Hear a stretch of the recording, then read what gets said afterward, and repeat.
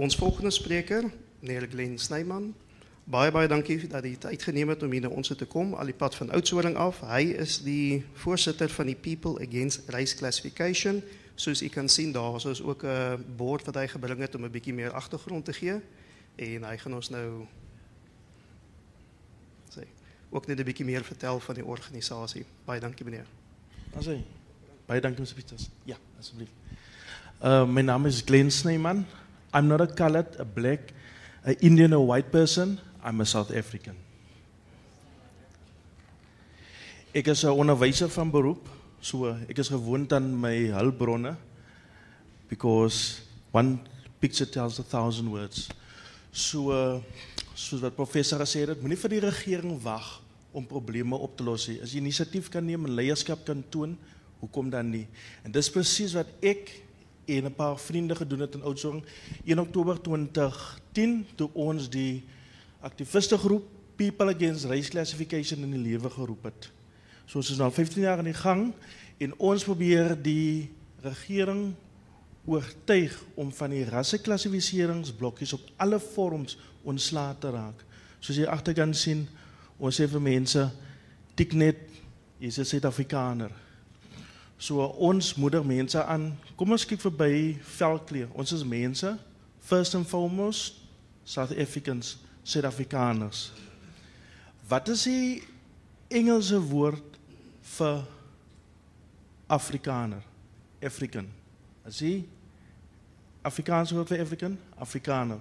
So daar is baie verwarrende definisies. Colored en Afrikaans kleurling en dan bruin en brown, maar die omgekeerde woorde word gebruik.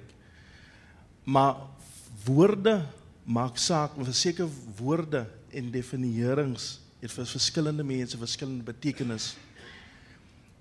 En ons het na 94 gedink dat dinge gaan van selfsom in het regkom en toe dit nou nie reggekom nie. En dis hoekom ons inisiatief geneem het om die organisasie te begin. En mense het my altyd gevra, nou hoekom moet jy nou 'n team maak wat jy nou sê, jy's nou die klomp goede, jy's 'n quality, jy's nou 'n Suid-Afrikaner. Toe sê ek, maar jy sal nie weet wat ek dink nie. So ek dra die boodskap uit op my team, gesang, pamflette, die plakate wat ons maak en so meer om mense dan op te voed. So ons het 'n opvoedingsstaak, ons het 'n versoeningstaak, ons is in die hof besig om te beklei met litigasie en oral is ons op verskillende vlakke. Ek was nogal baie besig op 15 jaar besig om hierdie laaste oorblyfsels van apartheid nog te veg.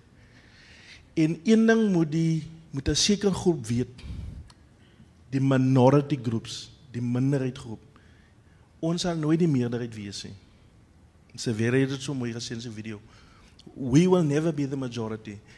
Ek was genooi vir die National Dialogue en ek is so bly, een van die punte wat ons gesit op die National Dialogue en wat het die besprekingspanele uitgekom het, was dat die kwessie van rasseklassifisering bespreek moet word en baie het gevoel ons moet as Suid-Afrikaanse volk aanbeweeg en daai hele storie skrap. Ons moet Suid-Afrikaners wees. Mense moet werk en goed te begin kry by Marite en ons sal net anders na mekaar moet sien. Soos Sebester het gesê, hoekom moet jy elke keer sê jy's 'n beter Afrikaner of 'n beter dit of 'n beter met mens? Kom ons vergeet daai onderwerp en begin te praat oor goed wat saak maak, wat noodsaaklik is en wat ons nodig het. Maar soos ek gesê het, hierdie goed moet aktief gedryf word. Dit moet aktief inisiatief geneem word. Ons kan dit nie net elke keer onder die mat vee nie. En jy kom na bo in Johannesburg, dan is jy 'n dominante meerderheid. En dan raak jou stem van die minderheid weer so klein.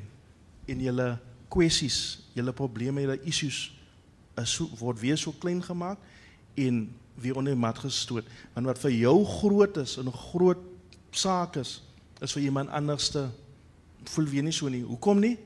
Want hy voel nie die brand elke dag daarvan nie. Hy voel nie die diskriminasie daarvan nie. Hy voel nie die teleurstelling wanneer jou aansoek elke keer in die drom gegooi word nie. Jy sit en wag vir 'n werk wat jy genooi moet word vir onderhoud, maar jy weet nie hoekom jy nie genooi word nie. En dan sien ons 5 jaar, 10 jaar later sien ons net een gesig. Jy sien hoe jou gemeenskappe wat dominant Afrikaans is na ander verskillende tale verander en so kruip die probleem stadig by ons in en 'n sekere groep raak net agter. So wat ons sê is alle mense met mekaar begin aanvaar, wees lief vir alle mense. En dan wil ek net hierdie pausetjie ook wys. Why does race matter to you when you fall in does not matter to you, when you fall in love? When your life is in danger, wanneer jy daar op 'n doktertafel lê, dan vra jy die beste dokter om na jou te kyk. Wanneer jy geld maak. Daar is so baie ander tye wat jy nie ras 'n kwessie issue maak nie. Maar hoekom maak jy dit wanneer jy moet bevoordeling en bevordering kry en verstemme politikuste het ras nodig en rasisme nodig om verkiesings te wen. So ons kan nie na hulle kyk om hierdie wette wat hulle in elk geval van die custodians staan om te moet verander en te wil verander wat hulle nie wil verander nie, te verander nie. Dis ons as gemeenskap se plig.